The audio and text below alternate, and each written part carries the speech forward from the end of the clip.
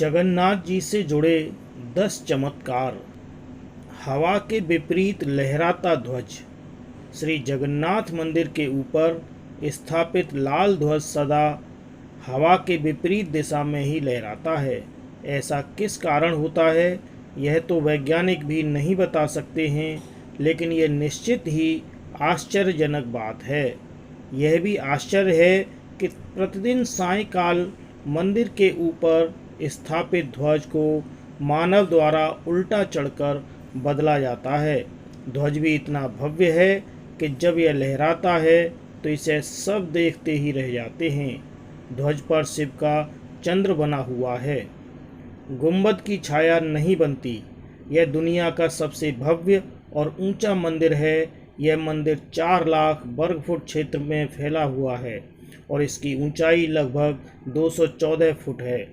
मंदिर के पास खड़े रहकर इसका गुंबद देख पाना असंभव है।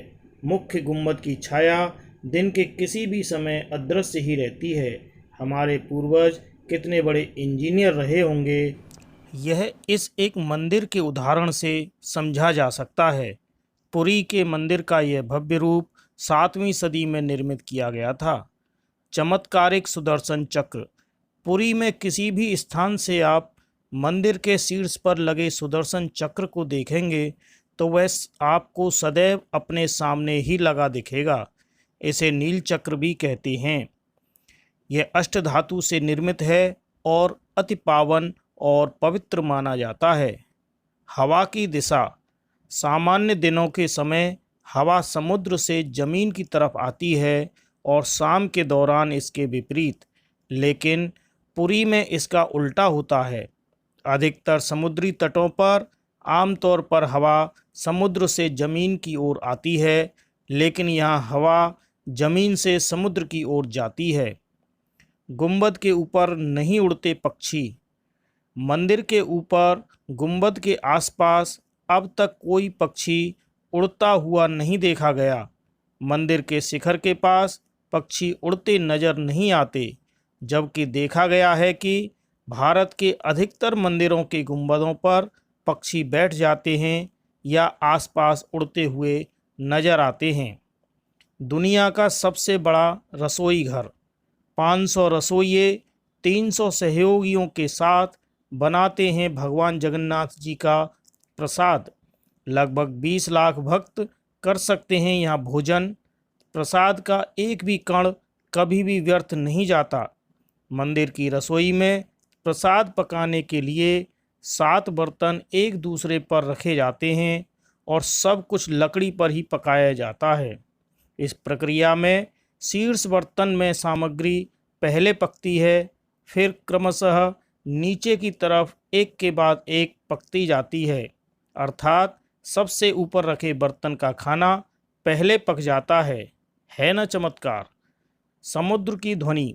मंदिर के सिंहद्वार में पहला कदम प्रवेश करने पर ही आप सागर द्वारा निर्मित किसी भी ध्वनि को नहीं सुन सकते।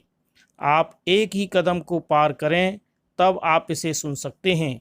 इसी तरह मंदिर के बाहर स्वर्ग द्वार है, जहाँ पर मोक्ष प्राप्ति के लिए सब जलाए जाते हैं, लेकिन जब आप मंदिर से बाहर निकलेंगे तभी आपको लाशों के जलने की गंध महसूस होगी।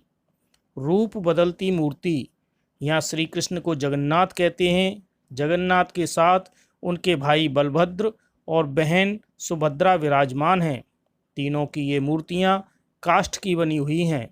यहाँ प्रत्येक 12 साल में एक बार होता है प्रतिमा का नव कलेवर। मूर्तियाँ नई जरूर बनाई जाती हैं, लेकिन आकार और रूप वही रहता है। कहा जाता है कि उन मूर्तियों की पूजा नहीं होती, केवल दर्शनार्थ रखी गई हैं। विश्व की सबसे बड़ी रथ यात्रा। आषाढ़ माह में भगवान रथ पर सवार होकर अपनी मौसी रानी गुंडिचा के घर जाते हैं। यह रथ यात्रा 5 किलोमीटर में फैले पुरुषोत्तम क्षेत्र में ही होती है। अपनी मौसी के घर भगवान 8 दिन रहते हैं। आषाढ़ शुक्ल दशमी को वापसी की यात्रा होती है। भगवान जगन्नाथ का रथ नंदी घोष है, देवी सुभद्रा का रथ दर्प दलन है और भाई बलभद्र का रथ तल ध्वज है। पुरी के गजपति महाराज सोने की झाड़ू बुहारते हैं, जिसे छेरा पैरन भी कहते हैं। हनुमान जी करते हैं जगन्नाथ की समुद्र से रक्षा। माना जाता है कि 3 बार समुद्र ने जगन्नाथ जी के मंदिर को तोड़ दिया था। कहते हैं कि महाप्रभु जगन्नाथ जी ने हनुमान जी को यहाँ समुद्र को नियंत्रित करने हेतु नियुक्त किया था, परंतु कभी कभी हनुमान जी भी जगन्नाथ, बलभद्र एवं सुभद्रा के दर्शनों का लोभ श्रवण नहीं कर पाते थे। वे प्रभु के दर्शन के लिए नगर में प्रवेश कर जाते थे। ऐसे में समुद्र भी उनके पीछे नगर में प्रवेश कर जाता था। केसरी नंदन हनुमान जी की इस आदत से परेशान होकर जगन्नाथ महाप्रभु ने हनुमान जी को यहाँ स्वर्ण बेड़ी से आबद्ध कर दिया।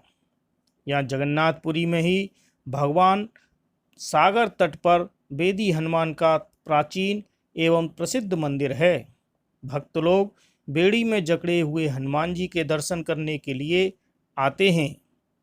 जय जगन्नाथ, जय श्री कृष्ण।